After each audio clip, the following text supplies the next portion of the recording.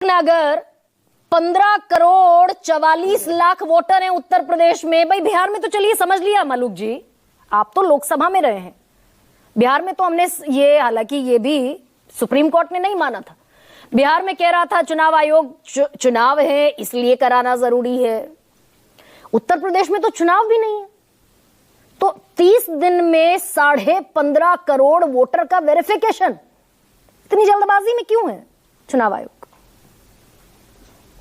मलूक साहब देखिए गरिमा जी, देखिए दो चीजें हैं कि अगर ये एसआईआर पे प्रश्न चिन्ह लगा रहे हैं तो इशू अलग है, और समय पे लगा रहे हैं तो इशू अलग है। और हमारी एक मजबूरी है, हमसे पूछते हो तो ये कुछ कहते हैं चुनाव आयोग के प्रवक्ता बन गए, और हम जवाब नहीं देते। इको हो रहा है गरिमा जी, बहुत इको हो रहा है, मैं इसको दुरुस्त कर। और हम अगर जवाब देते हैं जी तो कहते हैं उसके प्रवक्ता बन गए, और हम जवाब चुप रहते हैं तो देखो ना बोल नहीं पा रहे ये लोग, इसका मतलब बात सही है। तो ये लोग कंफ्यूज हैं, कभी हमें एनडीए मानते हैं, आरएलडी मानते हैं, बीजेपी मानते हैं, और कभी हमें चुनाव आयोग मानते हैं। तो पहले ये तय कर लें जो प्रवक्ता दूसरी पार्टियों के, ये हमें क्या मान रहे हैं। दूसरा, जहां तक बात सर की आवाज बढ़ाइए है, एकदम सर पे चुनाव खड़े हैं, सर पे एकदम चुनाव खड़े हैं, तो वहां पे